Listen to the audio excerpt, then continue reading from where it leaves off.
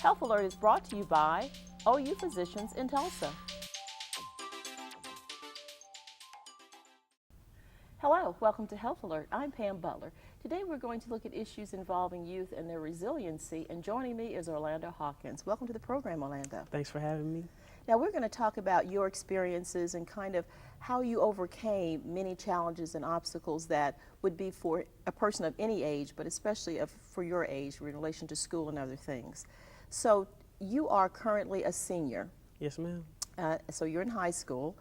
Tell us sort of the beginning. You're in a different school now. You're in an alternative school. In other segments, we're going to talk to your principal and looking at a mentorship issue with 100 Black men. But now you're in an alternative school. Tell me, before you got to the alternative school, a highlight for our viewers, how were you progressing? What was happening with you?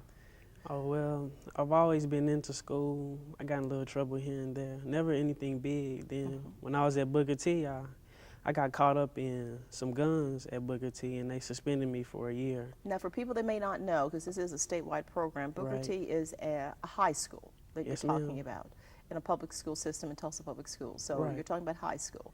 Now, I want to back you up for just a minute. You said that you got in trouble before, but never anything big. Okay, some people may say, oh, come on, kids say that all the time. But when you give us an example of what things that you were into before that weren't really that big. Right, like I've got referrals, from school, disciplinary referrals. I've had detention a few times. I never got in trouble with the law, though. Okay. And for this action, I got in trouble with the law. Okay. I ended up doing about a week in juvenile detention center. Okay. I was on probation for about 6 months, and I wasn't allowed to go to any high school, any Tulsa public school.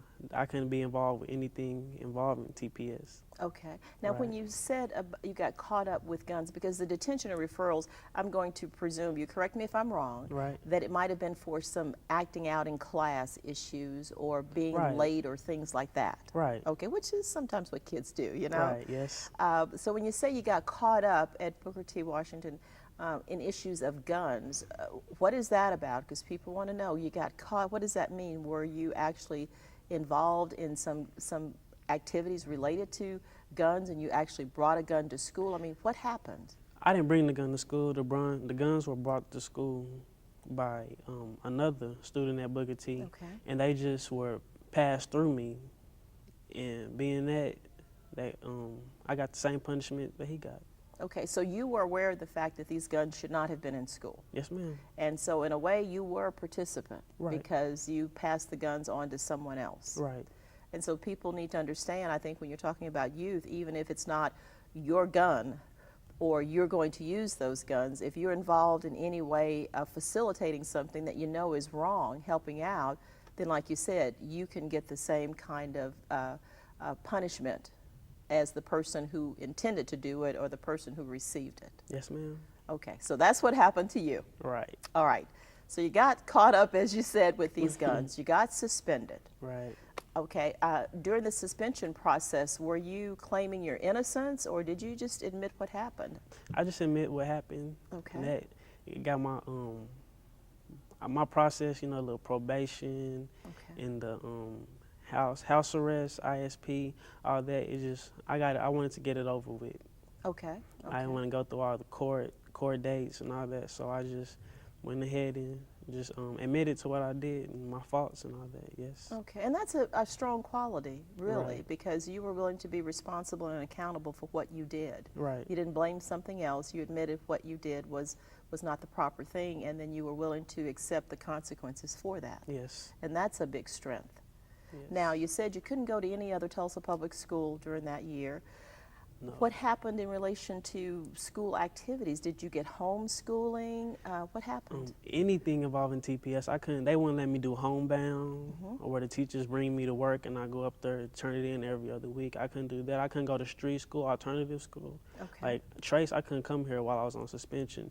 I couldn't do anything involving TPS. I couldn't go to games, any extracurricular activities for TPS, anything. How did you feel about that? I felt like I had, it was a punishment. I made a wrong decision, and I mean, they had to do they had to give me consequences for that. Okay, so even though it may have been harsh, you still felt that it was fair. Right. Okay. Now, how did you end up at TRAICE? Okay, you did this year. Then what did you do? And then me and my mother went to the Board of Education, and they said that we had to re-enroll, but we had to go through TRAICE. It was a process because my suspension was off in the middle of a semester, and they said I couldn't go back to a regular school in the middle of a semester like that because that would mess things up.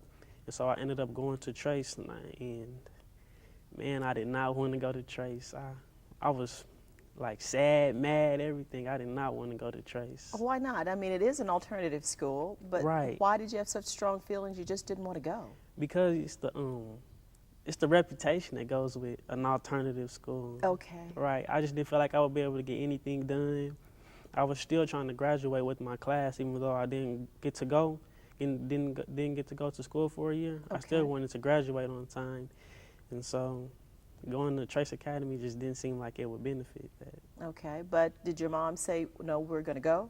Right. I ended up going because that's what they said I had to do. It wasn't like it was an option. All right. Okay. Okay. So when you went, you expected that things just would be terrible, that there'd be no way you could perform or get anything. But what really happened? I did what I was supposed to do. I did my work. I was good in school. I did what I had to do, and my principal, Ms. Bullock, saw that, and she helped me out. She did so much. She got me to page. I paged with the Oklahoma City with the House of Representatives. I went down there for a week, and I did tasks for them, ran around. I got to see how they do it and what they do in the office. And she got that set up for me. Okay, so I know you wanted to say she hooked me up. That's what you're getting ready to say, which is perfectly fine. So in this alternative setting, you found that the principal really did go beyond what you ever expected and helped you, because people may understand you were a page. You actually were working within our legislative body, doing certain kinds of things here within the state with legislators and getting that kind of experience and exposure. Yes, ma'am. How did that feel to you? It felt like it just felt amazing. I don't know another word to describe it. I never thought I would be able to do something like that, especially at TRAICE, at an alternative school. I didn't think that was even possible, but she did it. Okay, so actually it sort of blew your sort of stereotype that you had about alternative schools or others, that really they do meet the need that you have and take you beyond and challenge you to get you not only on the right path, but thinking about the future. Right. So as a result of that experience, what kinds of things do you think you want to do? Because this is your last year. Right. I'm looking to go into either civil engineering or finance. Okay. Right. I like the politics, but I don't think it's something that I want to do. Okay, maybe eventually at some point you'll come back to that. So do you find at TRAICE, once again, are they being assistive with these goals that you have of getting into college and exploring these options? Right. My counselors, my teachers, they've all worked with me. Like, if I needed a class, they put me in that class. They made sure that I was in the classes that I needed in order to graduate on time, and the classes that I didn't need to be in, they got me out of there. She's done a lot. She's done a lot for me. Excellent. So as we wrap up here, because I'm going to talk to your principal next, what would you want youth to know? That even though you make a wrong decision, you can always turn it around. All right. And do its best. Thank you so much, Orlando. I'm so proud of you. Thank you. Thank you for having me. Please stay with us. We'll be right back.